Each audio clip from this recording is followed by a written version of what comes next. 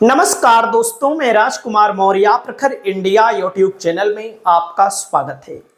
उत्तर प्रदेश में 2027 के विधानसभा चुनाव के लिए सभी राजनीतिक पार्टियों ने अपनी अपनी तैयारी तेज कर दी है।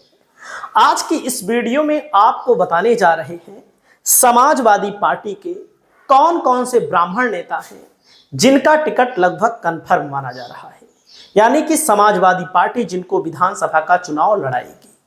वैसे भारतीय जनता पार्टी और बहुजन समाज पार्टी भी अपने स्तर से अपनी तैयारी कर रहे हैं। अगली वीडियो जब आएगी ब्राह्मण समाज के बारे में, तो बसपा के संभावित प्रत्याशी और भाजपा के भी संभावित प्रत्याशियों की भी हम चर्चा करेंगे। तो सबसे पहले जानना जरूरी है ब्राह्मणों का जलवा विधानसभा में कितना है, क्योंकि जब मैं जाति के हिसाब से वीडियो बनाता हूं तो कुछ लोग आपत्ति भी दर्ज कराते हैं, लेकिन आप सब जान सकते हैं पंडितों का जलवा कायम है। कहां पर? विधानसभा के अंदर 403 विधानसभा सीटों में से 52 ब्राह्मण विधायक हैं। तो आप इस स्थिति से अंदाजा लगा सकते हैं कि समाजवादी पार्टी हो या भारतीय जनता पार्टी हो या बहुजन समाज पार्टी हो, ब्राह्मणों के पीछे कितनी तेजी के साथ वोट को प्राप्त करने के लिए लगी है।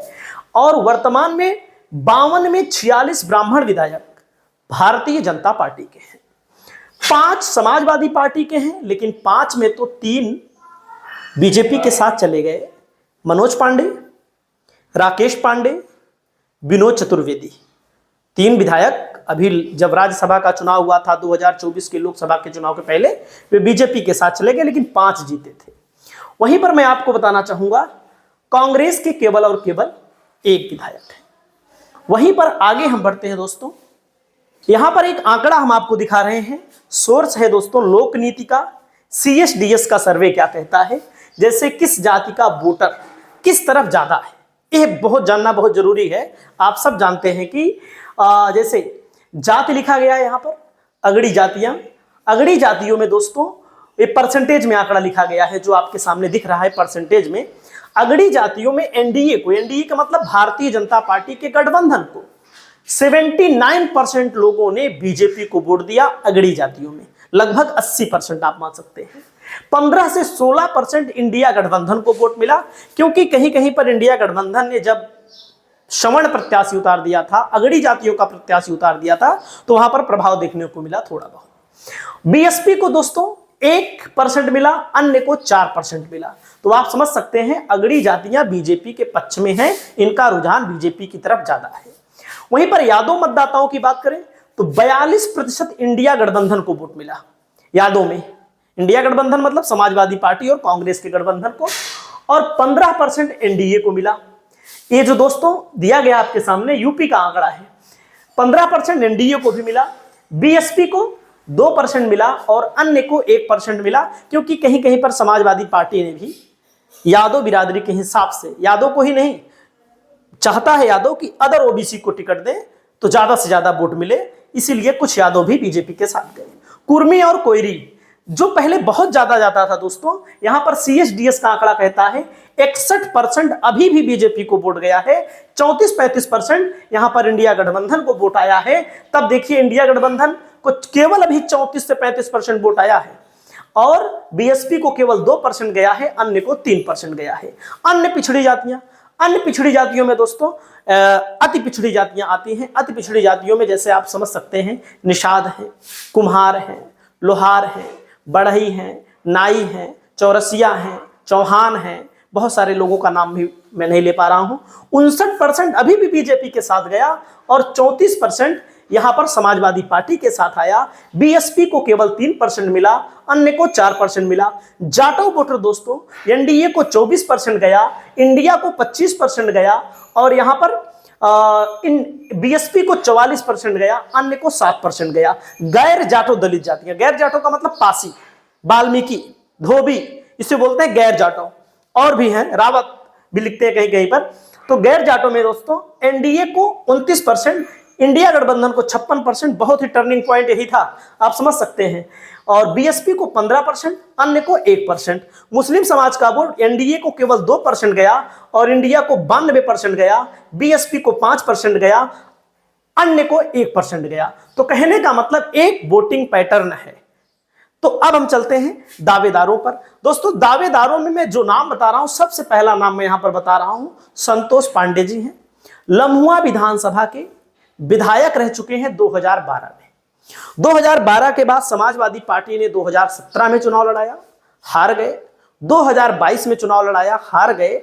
हार का अंतर मैं आपको यहां पर दिखाना चाहूंगा कि 2000 सीताराम वर्मा यहां पर चुनाव लड़े, 9,533 वोटों से सीताराम वर्मा जीते, और यहां पर 9,533 वोटों से संतोष पांडे 73,466 वोट पाकर हार गए। वहीं पर बहुजन समाज पार्टी 42,119 वोट पाई। इसका मतलब मैं आपको बता दूं, बसपा आज भी यहां मजबूत है, केवल जातिगत समीकरण उसका सेट हो जाए और अच्छा चुनाव लड़ सकती है। तो कहने का मतलब बसपा के बाद आप 22 में देखेंगे, 2017 में बीजेपी 12,903 वोटों से 2017 में संतोष पांडे जी चुनाव लड़े थे और यहां पर चुनाव हार गए थे। मतलब 2 बार चुनाव हार चुके हैं, लेकिन तीसरी बार भी इनकी दावेदारी मजबूत है, क्योंकि ये ब्राह्मण बाहुल्य इलाका माना जाता है। लेकिन एक दिक्कत लगती है कि अगर बीजेपी ब्राह्मण को टिकट ना देकर के ओबीसी को टिकट देती है, तो जैसे कि मैंने आपको दिखाया, वहां पर जो आंकड़ा देखा आपने, इसमें किसी से कुछ छिपाना नहीं है, किसी के पक्ष में नहीं बोलना है, किसी के विपक्ष में नहीं बोलना है, कि बड़ी आबादी जिसको राजनीति से बहुत ज्यादा मतलब नहीं होता, वो बीजेपी की तरफ शिफ्ट हो जाता है। जैसे बीजेपी ने पिछली बार क्या खेला किया, नहीं संतोष पांडे चुनाव जीत जाते, बीजेपी ब्राह्मण बाहुल इलाके में ब्राह्मण कैंडिडेट ही नहीं दिया। तो बीजेपी को पता है कि ब्राह्मण हमको वोट देगा, हो सकता है कैंडिडेट के कारण कम दे, भाई संतोष पांडे जी के कारण कम दे, लेकिन देता है। जैसा कि आप लोगों ने देखा कितना परसेंट मैंने आपको बताया, यहां पर देखिए यही हाल कुल का है, वही क्या नहीं, केवल 16% इंडिया गठबंधन को। हो सकता है संतोष पांडे जी चुनाव लड़े तो 25% दे दे, 30% दे दे, 35% दे दे ना, ये भी हो सकता है। तो ज्यादा जितना देगा चुनाव जीत सकते हैं। लेकिन दावेदारी के तौर पर यह है सीताराम वर्मा वर्तमान के विधायक हैं। लेकिन अगर समाजवादी पार्टी ब्राह्मण कैंडिडेट खड़ा करेगी तो बीजेपी ब्राह्मण कैंडिडेट नहीं खड़ा करेगी। किसको खड़ा करेगी हम नहीं बता सकते अभी, लेकिन सीताराम वर्मा को भी नहीं खड़ा करेगी। अगला नाम आता है दोस्तों, शिवपाल सिंह यादव जी के बहुत करीबी हैं, बहुत ज्यादा करीबी हैं, प्रतापगढ़ जिले से आते हैं। इनका नाम है दोस्तों विनोद पांडे। समाजवादी पार्टी से 25 से 30 साल से जुड़े भी हैं, राजनीति भी किए हैं, और प्रतापगढ़ के जूनियर बार एसोसिएशन के अध्यक्ष भी रहे हैं। जब समाजवादी पार्टी की सरकार रहा करती थी तो इनकी तूती बोलती थी पूरे प्रतापगढ़ में। शिवपाल यादव का अगर टिकट में चला, क्योंकि देखो दावेदार बहुत हैं, हर समाज के दावेदार हैं, तो प्रबल दावेदारी के तौर पर प्रतापगढ़ सदर से दावेदारी कर रहे हैं विनोद पांडे जी हैं, और समाजवादी पार्टी से बहुत दिनों से जुड़े हैं। 2017 में भी चुनाव लड़ गए थे, और 2017 में हेलीकॉप्टर से प्रचार कर रहे थे, मतलब कि समाजवादी पार्टी से नहीं लड़े थे, लोकदल से चुनाव लड़ गए थे। तो आप समझ सकते हैं कि इनकी भी दावेदारी है, ये भी चुनाव लड़ सकते हैं। अगला नाम आता है दोस्तों पवन पांडे। समाजवादी पार्टी के ब्राह्मण चेहरे के तौर पर जाने जाते हैं पवन पांडे जी। 2 बार चुनाव ये भी बेचारे हार गए।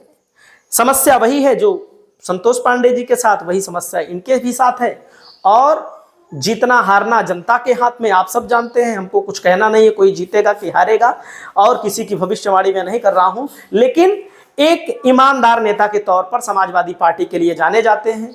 कोई भी दुख होता है, मुसीबत होता है, अयोध्या विधानसभा में, अयोध्या के इर्द गिर्द लेकर पहुंचते हैं अखिलेश यादव से। अखिलेश यादव के बहुत ही ज्यादा करीबी माने जाते हैं, तो इनका भी टिकट माना जा रहा है कन्फर्म है, क्योंकि अयोध्या में ब्राह्मण 45 जा रहे हैं, मुसलमान 44 जा रहे हैं, बैस 42 जा रहे हैं, यादव 36 जा रहे हैं, चौहान 33 जा रहे हैं, निषाद 24 जा रहे हैं, ठाकुर 22 जा रहे हैं, कुर्मी 17 जा रहे हैं, कोरी 15 जा रहे हैं, पासी 14 जा रहे हैं, दलित 14 जा रहे हैं, कायस्थ 10 जा रहे हैं। तो कहने का मतलब है, यहां पर अभी लोकसभा का जब चुनाव हुआ था, अवधेश पासी चुनाव लड़े थे, तो यहां पर 4,000-5,000 वोटों से ही पीछे थे बस। अयोध्या विधानसभा में अवधेश प्रसाद पीछे थे, 4,000 या 4,004 वोट था, कितना था, इतना ही था लगभग।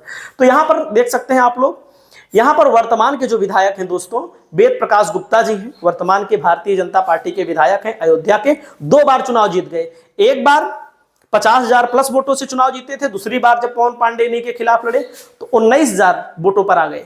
अब की बार देखा जाएगा क्या हो सकता है, देख सकते हैं आपके सामने 19,990 वोटों से आ गए, जीते। और 2017 में वेद प्रकाश गुप्ता जी 50,440 वोटों से जीते, और 2012 में समाजवादी पार्टी 5,405 वोटों से चुनाव जीती। तो समझ सकते हैं यहाँ पर तेज नारायण पांडे यानी पवन पांडे का टिकट कंफर्म माना जा रहा है। अगला नाम आता है दोस्तों संजय पांडे हैं, हमारे जिले से आते हैं। इनके पिताजी राजा राम पांडे समाजवादी पार्टी की जब जब सरकार बनती थी कैबिनेट मिनिस्टर बनते थे।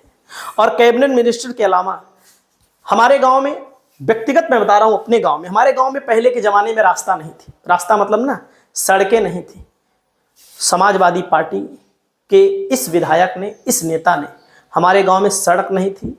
सड़क का मतलब ना पैदलों जाने की सड़क थी, बस पैदल मेढ़े मेढ़े लोग जाते थे 2-3 किलोमीटर, 2-2.5 किलोमीटर। कोई भी सड़क सरकारी भी नहीं निकली थी। इन्होंने सड़क बनवाई, इन्होंने सड़क बनवाई। अब इस दुनिया में नहीं है और जाति का कोई बंधन नहीं था। लोग इनको मानते भी थे, ओबीसी समाज के लोग, दलित समाज के लोग, ब्राह्मण समाज के लोग, ठाकुर समाज के लोग, हर समाज के लोग, क्योंकि विनम्र व्यक्ति कहे जाते थे। और स्कूल नहीं था हमारे गांव में, 2-2, 2.5 किलोमीटर। जब हम लोग कक्षा 5 में पढ़ते थे, क्या 8 में भी पढ़ते थे, तो हमारे गांव में स्कूल नहीं था।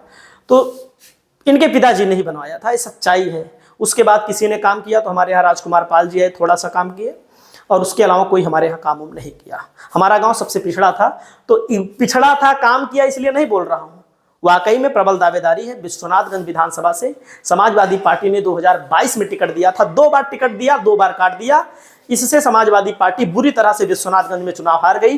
निर्दलीय 15-20 हजार पा गए थे, निर्दलीय वोट। फिर बाबू सिंह कुशवाहा की पार्टी अलग से लड़ गई, वहां पर मुसलमान कैंडिडेट उतार दिया। जाहिर सी बात है, जब समाजवादी पार्टी ही अपना नुकसान कर रही है तो उसमें मुसलमान क्या कर सकता है, ब्राह्मण क्या कर सकता है, बैकवर्ड क्या कर सकता है भाई। जो लोग चाह रहे थे संजय पांडे विधायक बने, हर वर्ग के लोग चाह रहे थे, ब्राह्मण भी चाह रहे थे, भले भाजपा के कोर वोटर हैं, लेकिन इनको चाह रहे थे। जब समाजवादी पार्टी खुद अपने आप से ही नुकसान करवाने पे तुली थी तो क्या कहना है। अगला नाम आता है दोस्तों विनय शंकर तिवारी का। विनय शंकर तिवारी समाजवादी पार्टी के नेता हैं। 2017 में बहुजन समाज पार्टी के विधायक बने थे। इनके पिताजी हरिशंकर तिवारी, जिसको हाता गोरखपुर में योगी जी की और विनय शंकर तिवारी के परिवार से 36 का आंकड़ा है बहुत पहले से ही। और अभी आप लोगों ने देखा होगा इनको जेल भी हो गई थी, ईडी इनको उठा ले गई थी ईडी। और इनका टिकट कंफर्म है, चिल्लूपार विधानसभा से चुनाव लड़ेंगे। इनके भाई को समाजवादी पार्टी ने डुमरियागंज में लोकसभा का चुनाव लड़ाया था, कुशल तिवारी को चुनाव हार गए। हारने के पीछे कारण यही था, मैं बता दूं साफ साफ, 40-42 हजार वोटों से हारे। ब्राह्मण कैंडिडेट समाजवादी पार्टी ने उतारा, मजबूत जान के उतारा। लेकिन जब समाजवादी पार्टी ने ब्राह्मण कैंडिडेट उतारा तो उधर आजाद समाज पार्टी ने अपना कैंडिडेट उतार दिया। आजाद समाज पार्टी का कैंडिडेट 80,000 वोट इसलिए पा गया कि जो ऐसी मानसिकता के लोग हैं जो चाहते हैं कि हम बैकवर्ड को वोट देंगे, ओबीसी को वोट देंगे, एससी को वोट देंगे, तो वे लोग अपना नाता तोड़ दिए। वो लोग अपना अपना रास्ता अलग कर दिए। वो लोग नहीं दिए, ना तो सपा को दिए ना तो भाजपा को दिए, चले गए दूसरी लाइन में, आपको पता ही है। अगला नाम आता है, देख सकते हैं दोस्तों, चिल्लूपार विधानसभा पे राजेश त्रिपाठी जी विधायक हैं। 21,645 वोट पाए। इसके पहले 2012 में बीएसपी से राजेश त्रिपाठी थे, 2017 में बीएसपी से लड़े थे विनय शंकर तिवारी। यही है राजेश त्रिपाठी। ये कहते हैं कि चला बुलडोजर रुके अवैध कारोबार। 328 विधानसभा चिल्लूपार, मुक्ति वाले बाबा के नाम से भी इनको जाना जाता है। तो ये विधायक हैं। अगला नाम आता है दोस्तों बैजनाथ दुबे जी का। समाजवादी पार्टी के बहुत पुराने नेता हैं। 2002 में विधायक बने थे, आप समझिएगा। 2012 में विधायक बने थे। आपको मैं दिखाना चाहूंगा, यहां पर देखिए, पिछली बार 18,457 वोटों से चुनाव हार गए बबन सिंह से। 2017 में 30,000 से हारे थे। 2012 में बबन सिंह से 6,947 वोटों से हार गए। समाजवादी पार्टी से 2002 और 2007 में विधायक रह चुके हैं। 2002 और 2007 में विधायक रह चुके हैं। 2012 में शायद कोई और लड़ा था, 2012 का आंकड़ा मैं नहीं बता सकता अभी, कोई और लड़ा था, यहाँ से ये नहीं लड़े थे। बैजनाथ दुबे, यही कटरा विधानसभा है दोस्तों, कटरा बाजार विधानसभा है। तो यहाँ समाजवादी पार्टी इनको पक्का चुनाव लड़ाएगी। 2002 में बने थे। 1996 भाजपा की सीट है, ब्राह्मण बाहुल्य सीट है दोस्तों ये। अगला नाम आता है यहाँ पर त्रियंबक नाथ पाठक का। त्रियंबक नाथ पाठक दोस्तों 307 हर्रैया विधानसभा से आते हैं। हर्रैया विधानसभा में बताया जाता है कि यहाँ पर सबसे ज्यादा ब्राह्मण, क्योंकि ब्राह्मण, अभी आपने देखा होगा कि लोकसभा में बस्ती है, लोकसभा बस्ती में बीजेपी ने ब्राह्मण कैंडिडेट उतारा था। हरीश द्विवेदी जी शायद वहां से सांसद थे। समाजवादी पार्टी ने राम प्रसाद चौधरी को उतारा था। तो इस विधानसभा में बीजेपी मजबूत है और यहाँ पर 93,000 से ज़्यादा ब्राह्मण हैं, 46,000 ठाकुर हैं, बैस करीब 15,000 हैं। और मैंने आंकड़ा खंगाला तो एक जगह बताया गया 66,000, दलित 72,000, मुस्लिम 26,000, ओबीसी 1,31,000, अनुसूचित जाति 9,274, कायस्थ 5,000, क्षत्रिय 45,000। एक मोटा मोटा आंकड़ा आपके सामने है। तो यहाँ से त्र्यंबकनाथ त्रिपाठी जी चुनाव लड़ सकते हैं। अगला नाम आता है दोस्तों, यहाँ पर देख सकते हैं अगली सीट है दोस्तों रामभजन चौबे। रामभजन चौबे समाजवादी पार्टी के तरफगंज विधानसभा। ये सब विधानसभा ब्राह्मण बाहुल्य इलाका है। यहाँ पर इनका टिकट कंफर्म माना जा रहा है या इनके बेटे मनोज चौबे को टिकट मिल सकता है तरफगंज विधानसभा की अगर हम बात करें।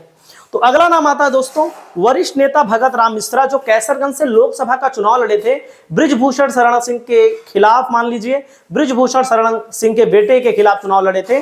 तो यहाँ पर भगत राम मिश्रा चुनाव फिर लड़ सकते हैं 2027 के लिए। समाजवादी पार्टी इनको किसी ना किसी सीट पर टिकट देगी। अगला नाम आता है दोस्तों अमरपाल शर्मा का। समाजवादी पार्टी ने बागपत लोकसभा से इनको प्रत्याशी बनाया था और सहिबाबाद विधानसभा क्षेत्र से भी चुनाव लड़ चुके हैं, विधायक भी रह चुके हैं। समाजवादी पार्टी इनको चुनाव सहिबाबाद से लड़ा सकती है। अगला नाम आता है सबसे मजबूत नाम मैं बता रहा हूं, इसमें जितने भी नाम मैंने बताए, राकेश शर्मा राष्ट्रीय सचिव हैं समाजवादी पार्टी के। कृष्ण जन्माष्टमी की हार्दिक शुभकामनाएं देते हुए इनकी पत्नी का नाम है दोस्तों लवली शर्मा। मैं आपको बताऊं मुजफ्फरनगर जो नगर पालिका का चुनाव होता है, जिसको आप पार्षदी कहिए, नगर निगम है, जहां पर चुनाव होता है, बहुत अच्छा चुनाव लड़ी थी। शहर की सीट पर केवल 10,000 वोट से चुनाव हारी थी। गांव में तो मान लीजिए समाजवादी पार्टी का जलवा रहता ही है, लेकिन शहर में थोड़ा समाजवादी पार्टी कहीं कहीं पर कमजोर पड़ती है। वैसे भी मुजफ्फरनगर की लोकसभा समाजवादी पार्टी ने जीती है। हमारे पास और भी नाम है, मैंने केवल इन्हीं नाम को रखा है। आगे की वीडियो में मैं आपको और भी नाम बताऊंगा। आपकी क्या राय है, आप अपनी राय को कमेंट करके बताइए। नमस्कार।